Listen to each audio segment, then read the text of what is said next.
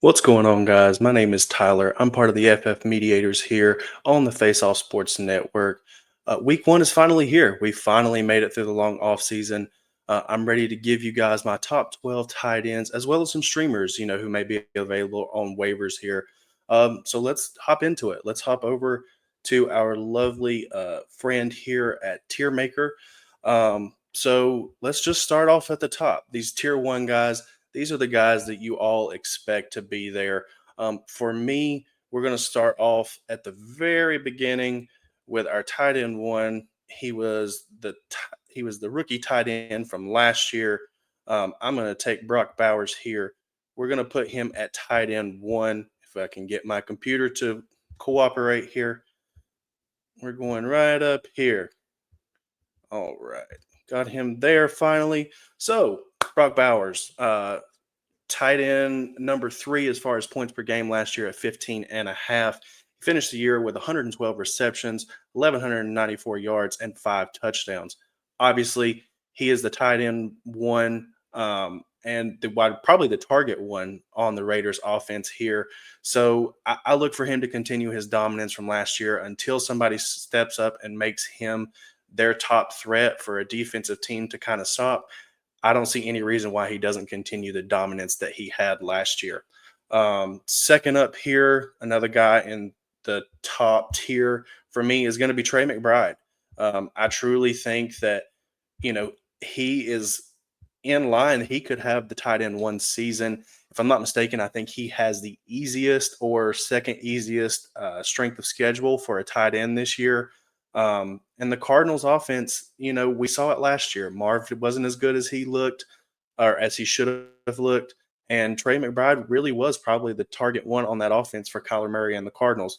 He barely edged out Brock Bowers last year at 15.6 points per game.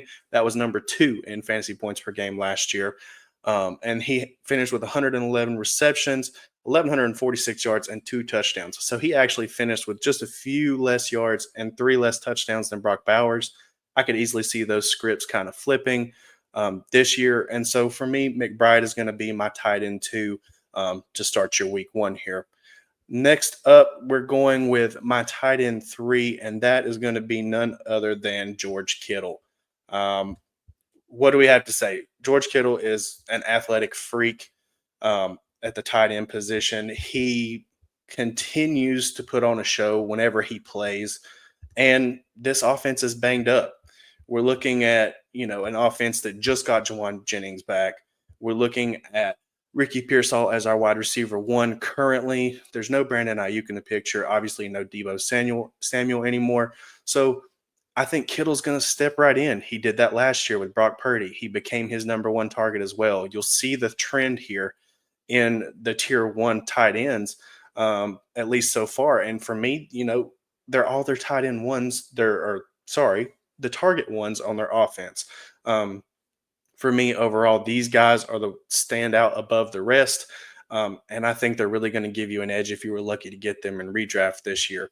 Going down to our next tier, maybe a little bit of debate here. Maybe it's just coming off of hype from us playing Dynasty so often. But I'm actually going to go Sam Laporta. The reason why is because I know there's been a lot of hype of Jameson Williams there. But really and truthfully, Sam Laporta has been the consistent red zone threat for them other than Amon Ra. I really see this offense probably not changing too much. Yes, Ben Johnson is gone. He's with the Bears now. But they brought in a guy who was under the Ben Johnson system. I think he's going to try to implement a lot of the same things. Sure, the play calls may not be the exact same, but I look for Laporta to continue his role as one of the young tight ends that will exert their dominance in the season this year. Continuing in our tier two, we're going to go down, and I think this is an opportunity play. Here in this second tier, my second tight end is going to be TJ Hawkinson. This is opportunity for me. We've got Jordan Addison, who is suspended for the first three games of the season. You've got JJ McCarthy, who is, for all intents and purposes, a rookie quarterback. He had a few games last year in the preseason before he got hurt. But one thing we have always seen is Kevin O'Connell has his quarterbacks ready to play. He's had Josh Dobbs come in, being with the team not long at all, and look great. I think JJ McCarthy has sat and learned in this system. I think they've surrounded him with weapons.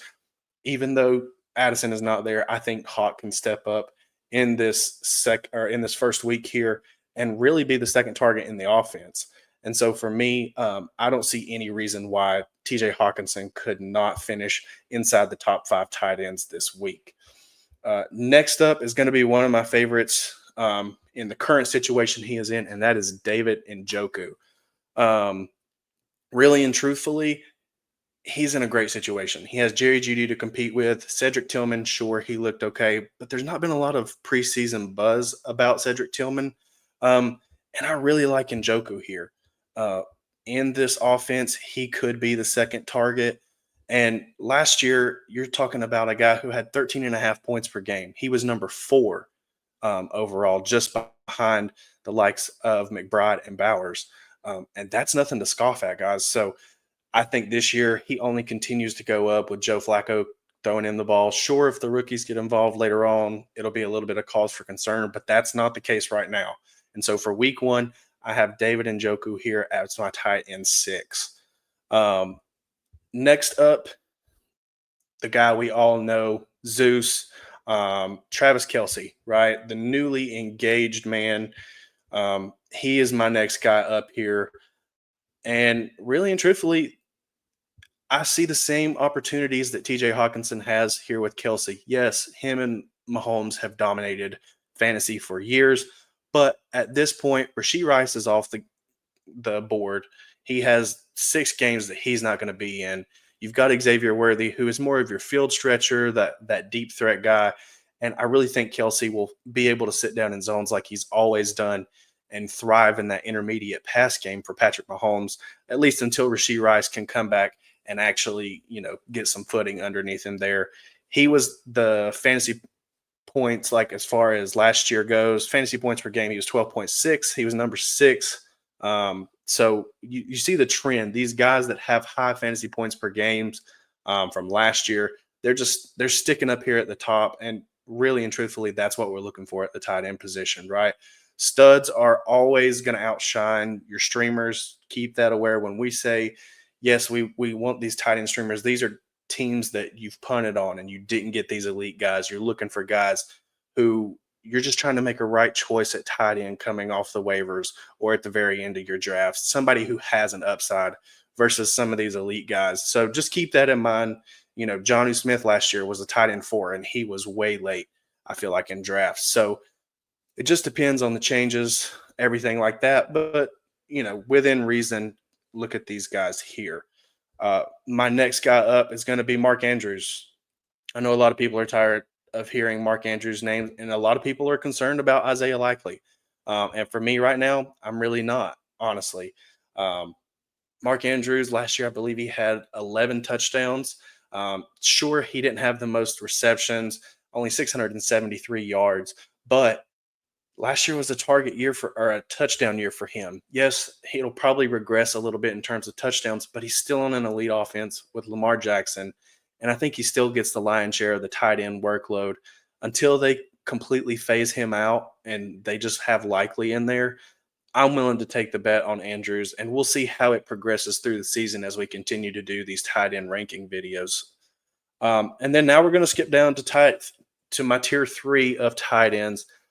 This next one may shock you a little bit, but I'm actually going to go to Green Bay, and we're going to go with Tucker Kraft. Yes, the tight end in Green Bay, who last year it started out being Luke Musgrave, and then they realized quickly that Tucker Kraft had a little bit more receiving ability. I think Musgrave may have got hurt a little bit too, but you continue to see this hodgepodge of wide receivers in terms of, you've got Jaden Reed, who is hurt currently.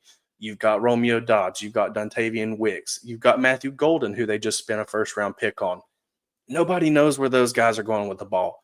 But the one consistent force that was there last year and has continued to be there, and I think will continue to be there going forward, is Tucker Kraft. I would not be surprised if he is the second target on this offense, behind whatever wide receiver 1 they want to put out there. But for me, I mean, last year Tucker Craft was 9.6 points per game, which doesn't sound like a lot, but remember, it's like I said, we're trying guys with upside here. And so for me, Tucker Craft fits that. He had 7 touchdowns last year. That shows you that they were targeting him as they got down inside the red zone. And that's really what we're looking for at the tight end position, the opportunity to have a big week, to have a spike week, to get those touchdowns. And so for me, I think Tucker Craft really is probably one of your better plays here in the tier three. Next up, we have Evan Ingram. He switched teams this past year. He now finds himself on the Denver Broncos with Sean Payton and Bo Nix. Yes, Evan Ingram has been considered in the Joker role by most people off season, and even Sean Payton has kind of alluded to that. He was 9.9 points per game last year, only 1 touchdown, which is kind of shocking to me. I felt like he did much more as far as producing for the Jaguars offense than what his stats indicated. And maybe this year is his year to go. He definitely has the athletic ability to do so. And I truly think you could take an upside swing here in this tier three. And at this point, you're not losing anything, right? He at least has the opportunity to go out there and truly end up being a difference maker for your roster. And then, as much as I would love to sit here and rub this in everyone's faces, I will not do so, as I'm a Colts fan. We're going to take Tyler Warren here. Yes, he's a rookie. Yes, he's on the Colts, who we don't think their offense is going to be very great. But if we know one thing about the Colts, it is they love themselves some tight ends. They will deploy as many tight ends as they need to get it done. And last year, I mean, in college, he had 104 targets, or sorry, 104 catches, 1,233 yards, and 8 touchdowns. Daniel Jones is going to make this offense a better passing attack overall. And if we see Richardson stepping in later, you may think, oh, that's not good. He can't do anything. He's not accurate. This, that, and the other, right? Well, younger and more inexperienced quarterbacks tend to target two positions in general. It's either the tight end or it's the running back. If you don't have those elite wide receiver ones like Jefferson and Chase and all those guys, that's the guys they focus on. And so, what better fit than Tyler Warren, who has looked great all preseason? I think he's stood out very well. And I think he's probably a good dart throw, especially as a rookie tight end that you can get later on in your drafts and really kind of ramp things up towards the end of the season here. And then last but not least, for my tier three, I'm actually going to go with Jake Ferguson. This may be another surprise for you guys, but Jake Ferguson was actually pretty valuable last year. He just signed a contract extension for the Cowboys. And with Micah Parsons gone, this offense is going to have to score some points. He only had 494 yards last year, didn't have any touchdowns, but those outliers and touchdowns, like Mark Andrews was with 11 earlier, those vary so much from year to year. There's not a lot of stickiness to that touchdown stat. So I look for this, for Ferguson to rebound this year. Yes, they did trade for Pickens and they still have CD there, obviously, but this offense is going to have to score a lot of points. Ferguson already has the familiarity there with Dak. And so to me, I wouldn't even be surprised if Jake Ferguson ended up being the target 2 on this team. So I really like Ferguson coming into the year. He is more of a floor play. I think, he may get a touchdown here or there. It wouldn't surprise me if he only finished with 4 or 5 touchdowns at the end of the year. But it's somebody nonetheless that I would not be surprised if he makes it into the back end of your tight end conversation here. And then last but not least, we have some streamers. I'm just going to put all these guys up here at one time. I'm not going to dive in deep to these stats, but we'll talk about them a little bit here. So my first streamer, everybody loves to hate him at this point, but it's Kyle Pitts. Sure, he may not be on your waiver wire, but he's definitely drafted later in drafts after years and years and years of heartbreak. But there's one bright spot in Atlanta outside of Drake London. Primarily, my bright spot that I'm talking about is Michael Penix Jr. here. And I think he's going to have this offense humming. The lefty out of Washington, he can spin the ball. And there's been saying that he's developing a really good rapport with Kyle Pitts here. So I really look forward to seeing if Kyle Pitts is what he was drafted to be, as the number 4 overall pick. I really hope that he can come back and make something. He's only 24 years old. He's so young. Um, but my next guy here is actually going to be Chig Okonkwo from the Titans. He uh, he ended up last year not necessarily looking the best, but he does have the athletic profile that lends to some of these explosive seasons, right? He has Cam Ward at quarterback now. Yes, Calvin Ridley is there. He's going to be your first target, obviously. But other than that, we're seeing Van Jefferson, Alec Iomanner. Those guys are your next guys up. Tyler Lockett's there too. I think Chig and his athletic profile could easily be the next target up off the board, and I like the athletic upside that he provides.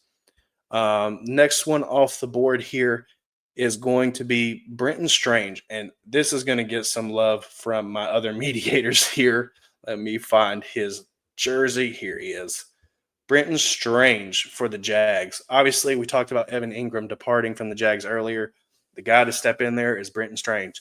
Um, we're going to go ahead and I'm going to put Mason Taylor up here too from the Jets. And the reason why is I will tell you there are a lot of vacated targets coming the ways of these two guys this year.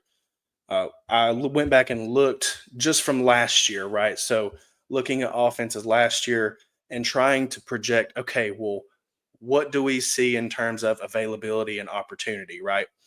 In vacated targets, the top 5 are the Browns with 235. Like I said, for Njoku, that's great, right? Number 2, the Rams. Terrence Ferguson is not on this list because Tyler Higbee is still also there, but that is a name to monitor and a name to watch for as he could make some later appearances in the season, especially in the streamer category. Number 3, the reason why I threw Mason Taylor up here is the Jets with 214 vacated targets.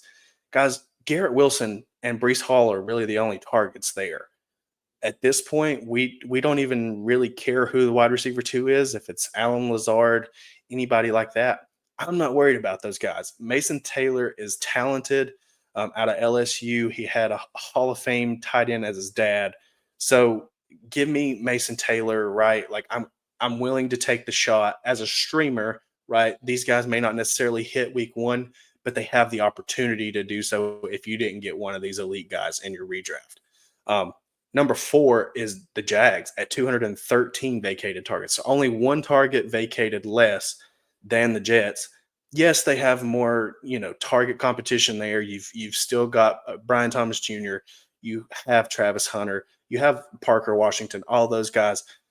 But we've seen that Trevor Lawrence, kind of favored the tight ends at time whenever he had Evan Ingram. And so opportunity wise, Brenton Strange could easily step in there and get some of those targets that, Travis Hunter may leave behind. And then last, number 5 out of the vacated target numbers was the Seahawks, right? Elijah Arroyo, they're not on here, but another name to kind of keep in the back of your minds. Just look at the opportunities and see how those really shake out after this first week here. So, what do you guys think of the list here? Overall, I think you've got obviously your elite guys at the top in tier 1. Tier 2 is your opportunity and guys that have proven that they've done it already. And those guys are really have a chance to go into the tier 1 here this season, but we'll just have to see how the first few weeks kind of play out. Tier 3, we've got Kraft, Ingram, Warren, and Ferguson. That's more like a floor play, could possibly move up, but I just don't see them making it to that top tier quite yet. And then streamers are just guys that you're keeping an eye on. Sure, you can play them. Probably not the best thing to do in week 1, but if you truly need a deep dive, these are guys that you could always take a shot on and see just how it turns out for them, right? So, with that being said, feel free to let me know in the comments. Do you agree? Do you disagree? Did I skip over anybody? Give me some of your deep dives. Are you keeping your eye out on Arroyo or any of the other tight ends? Right. Feel free to stay subscribed or click the subscribe button here. Click the like button. We're dropping daily content here on the Face Off Sports Network. Pete's got his defensive rankings, Hoff with his kicker rankings and quarterback rankings. We have live streams going all throughout the week. So come check us out. Come join the fun over here. And we look forward to seeing you throughout the rest of the season. Have a great rest of your evening.